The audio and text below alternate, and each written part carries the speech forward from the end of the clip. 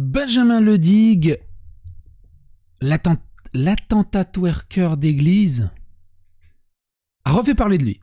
Alors, on n'a fait que survoler, mine de rien, son histoire, on va essayer de la résumer, parce qu'il refait parler de lui. Il nettoie des vitres avec un Coran. Il a twerké dans une église, ça a eu un scandale hallucinant, il a été harcelé, il a été houspillé, il est passé à touche pas à mon poste pour chialer. Je me dis bon, voilà, il a peut-être compris. Suite à touche pas à mon poste, il est reparti dans l'église, twerké en s'excusant d'avoir heurté des gens. Il s'est refait harceler, il est repassé à touche pas à mon poste, il s'est fait exploser par Bernard Montiel en disant espèce de gros con ou petit con, je sais plus comment il a dit. Il était au bord des larmes, il en pouvait plus, il est sorti de touche pas à mon poste, il a fait une vidéo TikTok où il disait non mais je racontais de la merde dans touche pas à mon poste, c'était juste pour faire genre, mais je m'en fous en fait, j'ai continué mon délire. Il s'est refait harceler, c'est un truc de fou. Après, il projetait de twerker dans une mosquée. Il a pas trouvé de mosquée, il a cru que c'était une mosquée, mais c'était une église orthodoxe. Après, il a chialé de son harcèlement, puis finalement, il continue, puis il revient, touche pas à mon poste, et puis, bon, en fait, au final, c'est un business model. Il a juste trouvé son business model. On va faire le tour de son dernier truc, où il nettoie sa table et ses vitres avec un Coran.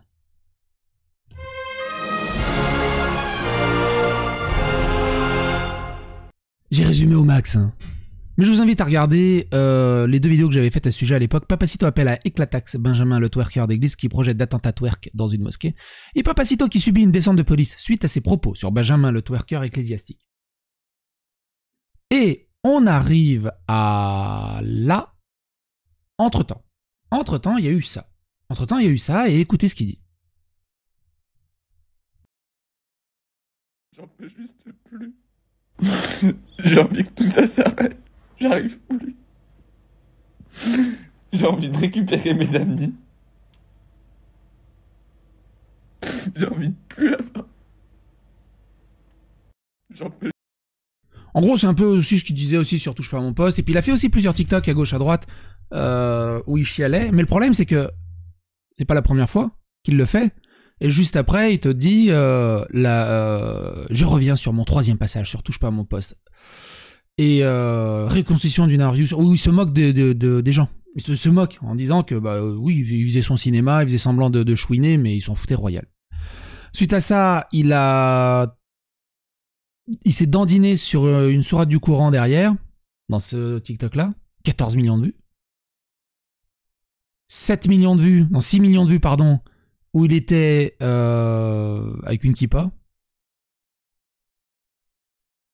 Et ici, il dit « Vous croyez pas m'atteindre ?» Il est un peu en bord des larmes, en mode bouseux, c'est compliqué la vie. Alors, je peux pas vous mettre les TikTok parce que je crois que c'est des musiques sous licence. Mais bon, allez regarder par vous-même.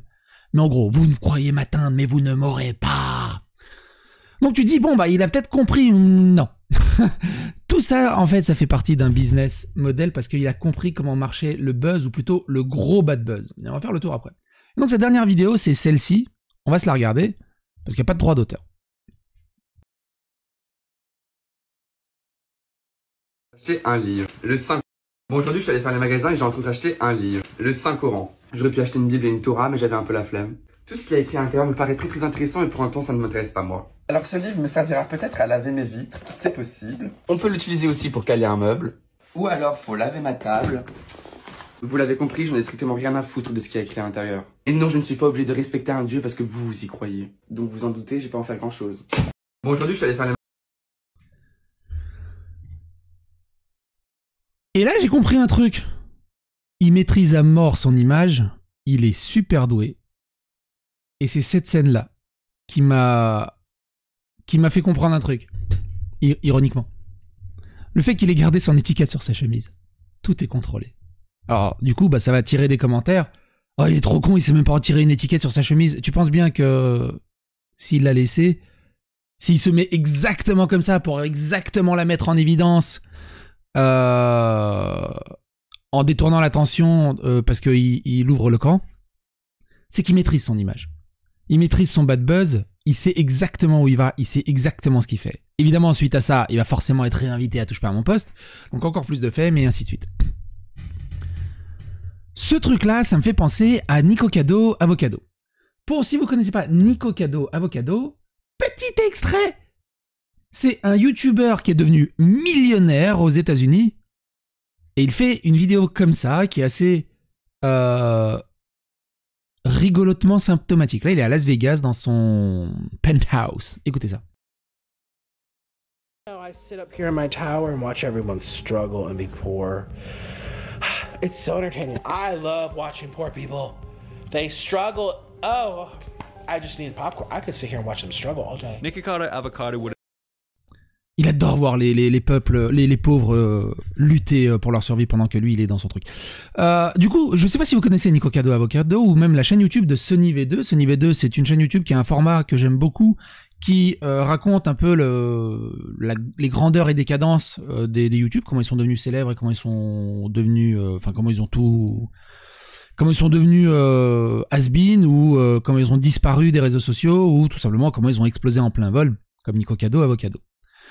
Nikocado Avocado, c'est un YouTuber qui s'empiffre au maximum pour essayer de dépasser je sais pas combien de kilos. À la base, c'était pas ça, c'était un vegan qui a juste un peu vrillé. Alors, si vous n'êtes pas anglophone, Sir Gibbsy a commencé à faire ce type de format de grandeur et décadence des chaînes YouTube. Il l'a fait avec Norman et il l'a fait aussi avec Nikocado Avocado. C'est une excellente vidéo et le format est vraiment génial. Je vous invite aussi à découvrir en francophone si vous avez du mal avec l'anglophonie. Et ce que je voulais dire par là, c'est que Benjamin Le Dig, il est exactement dans le truc de Nikocado Avocado. Pendant des années, Nikocado Avocado, on lui dit que c'est un gros débile, c'est un gros rageux, il arrête pas de chialer toutes les 2 vidéos, il arrête pas de s'engueuler avec son mec, et plein de choses comme ça. Et il y a des passages d'interviews un peu plus tard et d'extraits où Nikocado Avocado explique que c'est un rôle, que c'est du bad buzz, que c'est un acteur, que tout est orchestré, que les engueulades avec son copain est hyper orchestré pour que ça soit le plus malaisant possible, parce qu'ils vont dans des blagues vraiment malaisantes à base de suicide et tout le bazar, à base de grosses larmes chaudes et tout ça, mais que tout est faux. Mais allez regarder, c'est assez intéressant. Du côté de Benjamin Le Dig, sur Twitter, il y a des commentaires un peu rigolos. Mishkin, le paternel de Benjamin Le Dig, à chaque fois que son rejeton est en top tweet. Je suis extrêmement choqué. Qui sait où il habite sur Paris? J'aimerais bien le rencontrer pour échanger. Tu es libre de croire ou pas, mais au vu de tes vidéos, tu es perdu dans la quête de notoriété. Toutes les religions prieront pour toi afin de trouver une voie de paix et amour. Salam. Nous soyons pas dupes, nous connaissons les plans du Shaitan. Tous ceux qui font aller le menacer, vous lui donnez ce qu'il cherche. Moi, je pense plutôt à son supplice de la tombe et je me dis que ça va être chaud pour lui. Bientôt dans votre télé. Mais il s'exprime comme il veut. Ici, c'est la France, c'est son droit, nous sommes libres, blablabla. Benjamin Le Dig, c'est un peu le slime dans Ghostbusters. Plus tu vas l'insulter, plus il va faire blop, blop, blop. Puis il va grandir. Au moment où plus personne s'intéressera à lui, c'est à ce moment-là qui sera le plus touché au final. Et le plus dévasté.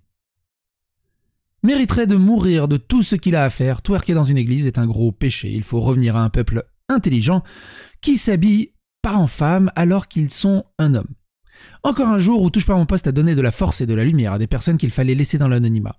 Non mais là, faut vraiment qu'il arrête. Ses parents se font menacer, ses amis aussi. Le gars fait de pire en pire, il cherche quoi? Ses parents aussi ont apparemment été harcelés dans la rue à gauche à droite par les catholiques. Hein.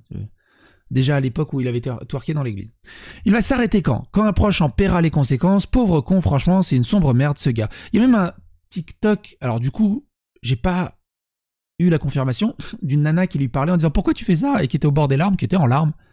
Bordel de merde. J'ai pas compris si c'était sa mère ou une amie. S'il arrive même à instrumentaliser la tristesse de sa mère pour de la fame, c'est chaud. C'est chaud. Si vous arrêtiez de lui donner de la visibilité tout simplement, non, l'ignorance est le meilleur des mépris. Il a vraiment de la chance comme Mila d'être dans un pays libre, c'est pour ça qu'ils font n'importe quoi. Ce genre de comportement ne passerait pas dans d'autres pays à travers le monde, peu importe le contexte. Peine de mort assurée ou prison. Ici t'es applaudi. Ne donnez aucune importance à Benjamin, car Dieu s'en chargera, vous inquiétez pas. Pour moi, perso, je suis musulmane, cela me brise le cœur qu'il salisse le Coran comme ça, mais bon, on ne peut plus rien faire pour lui. Un peu de patience, c'est pour bientôt. Pour l'instant, il n'a tué personne. Inch'Allah, Dieu va le punir. Mila version homme, faut vraiment les soigner, ces types de personnes. Ils sont atteints au plus profond de leur tête et de leurs esprits. Ce sont des dangers pour l'humanité, moralement parlant. Ils ont de la chance d'être protégés. Attendez-vous à pire encore avec Benjamin Ledig. J'ai l'impression qu'il n'a pas pu recevoir une bonne éducation parce que sa mère était une salope. C'est pas gentil pour sa mère, c'est pas faux. Après sa mère, est-ce que, du coup, la question subsidiaire de thèse de fin de baccalauréat, est-ce que les parents sont responsables de l'éducation? Parce que maintenant, Benjamin Ledig est majeur et vacciné. Du coup, cette expression a un autre sens maintenant, c'est rigolo. Et c'est plus l'entourage de Benjamin qui l'a fait vriller plutôt que ses parents. Qu'est-ce que vous en pensez? Ou ses parents sont responsables même? Est-ce que on devrait autoriser la mère à avorter de sa progéniture au moins jusqu'à ses 18 ans? Ça aussi, c'est une grosse question. Quoi qu'il en soit, tiens, on parlait de... Je sais pas pourquoi ça vient là. Comme c'est un tocard en natation... Pourquoi il vient de là? Comme c'est un tocard en natation parmi les hommes, il s'est laissé pousser les cheveux, s'est déclaré transfemme et a fini premier de la compétition. Pensez à ces astuces si un jour vous passez aux assises, les femmes prennent moins que les hommes. On en a parlé de Lia Thomas, hein. Donc quand il était homme, il était classé 462e en natation. Il est devenu femme, il est premier et il explose tout. Mais on a fait des vidéos là-dessus. Quoi qu'il en soit, n'hésitez pas à donner votre avis, votre opinion dans les commentaires. N'hésitez pas à phagocyter l'algorithme de YouTube. N'hésitez pas à vous abonner, liker, clocher et à bientôt pour d'autres aventures.